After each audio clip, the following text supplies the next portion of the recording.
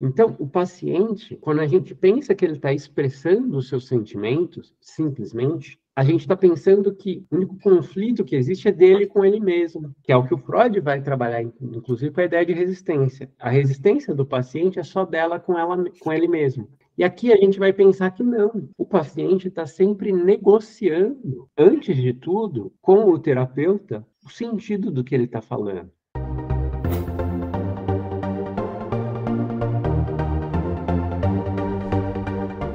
Qual é a grande questão que vai se separar da fenomenologia?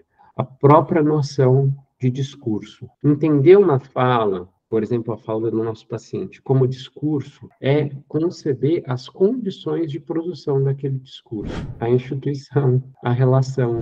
Qual é a ideia? Quando o paciente vem nos falar alguma coisa no consultório, ele vem para uma instituição, que é a clínica, que pertence, ou seja, ela está dentro de um monte de outras possibilidades que se forma ali uma instituição maior, que é a das terapias. Né? Então, ele vem para o nosso consultório com uma expectativa de que ele vai falar de si. Isso daqui, essa expectativa foi historicamente construída.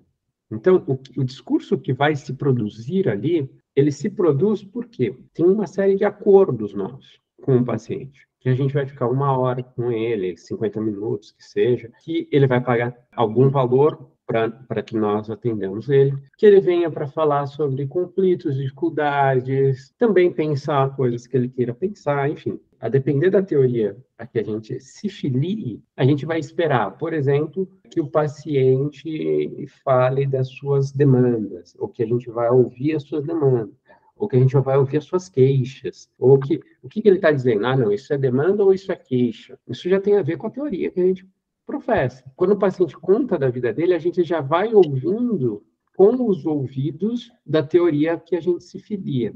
Isso vai construindo as condições de produção desse discurso. Inclusive, por exemplo, com o contrato de sigilo. Não sei se vocês viram que eu fiz um vídeo essa semana do canal Conversa Psi falando sobre a questão do sigilo. Porque se o paciente ele confia que ali o sigilo será mantido sobre qualquer aspecto, desde que a terapia esteja em curso, né? Não é a decretação da falência do processo terapêutico, ele vai estar de uma forma que é muito diferente de um outro que vai estar duvidando se o analista vai ou não manter o sigilo profissional. É completamente diferente. Então, é isso que dá acesso, vamos colocar assim, àquilo que a gente chama de inconsciente. Daí, esse inconsciente, por esta forma de pensar, ele já não está lá. Ele já não existe a ideia de que o inconsciente está lá. Não, ele é produzido por essa situação.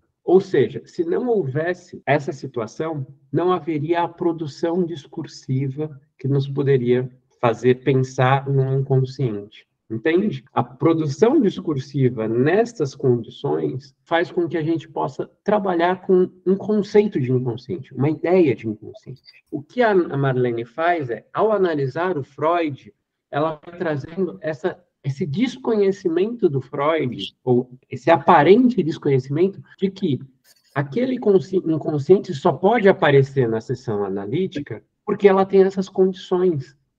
Porque se não tiver, não vai aparecer, sabe? Não vai aparecer.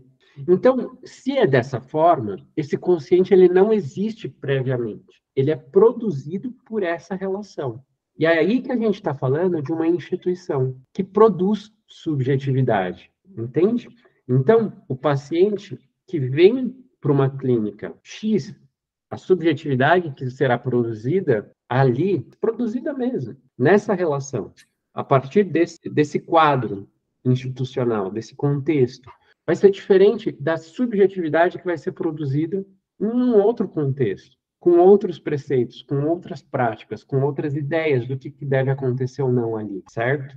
Então, nesse sentido, sim, já começa a se distanciar de uma ideia de um inconsciente endógeno, de algo que e de um discurso que está lá atrás, lá dentro da cabeça, já pronto. Não, que é o que a gente vai falar aqui de passado da ideia do que é falado como expressão dos sentimentos, dos pensamentos, dos afetos, por uma negociação. Então, o paciente, quando a gente pensa que ele está expressando os seus sentimentos, simplesmente, a gente está pensando que o único conflito que existe é dele com ele mesmo, que é o que o Freud vai trabalhar, inclusive, com a ideia de resistência. A resistência do paciente é só dela com ele mesmo. E aqui a gente vai pensar que não, o paciente está sempre negociando, antes de tudo, com o terapeuta, o sentido do que ele está falando. E não é só o paciente na análise, aqui também. Então, se o Ronaldo fala alguma coisa, vocês falam, Ronaldo, eu não entendi. O Ronaldo vai explicar de novo. Se vocês estão entendendo por um lado e o que o Ronaldo está falando, ele entende que é do outro, é uma negociação constante do sentido daquilo que está sendo dito. E na sessão também. Então, todo esse quadro, ele vai se movimentando com o correr das sessões, no sentido de como que o paciente vai entendendo que a gente vai entendendo o que ele está dizendo. E aí ele modula, aí ele vai para trás, ele avança, sabe? Ele se sente mais seguro, ele vai mais para frente, ele se sente acolhido, ele vai, tipo, ou então ele sente que você participa da cena que ele monta, que eu gosto de chamar de enredamento. Ou seja, ele monta um enredo, te joga no enredo, você cai naquele papel que ele construiu para você. Mas nesse movimento em que a gente assume esse lugar, muitas vezes o paciente vai, um monte de coisa acontece. E um monte de coisa acontece, só que a gente às vezes não sabe, não consegue fazer nada com aquilo. E olha que interessante, a Marlene vai falar, olha como não é fenomenologia. Começa aí, ó. E esse movimento de se enredar e sair é o fazer do analista. Por quê?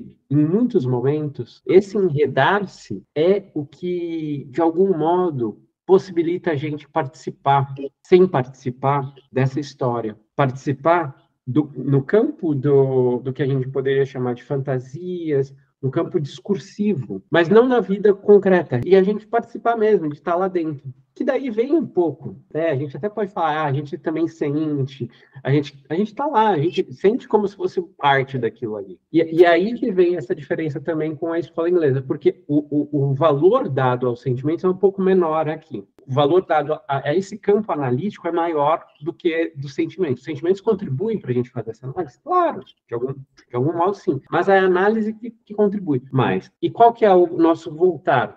É esse analisar esta cena que nos captura. Em que lugar que a gente é capturado? Para que lugar a gente é jogado? Em que lugar que eu entrei? E como eu entrei? Para pensar agora como que eu saio. A partir dali, o que deu para entender a partir desse momento em que eu fui jogado para esse lugar?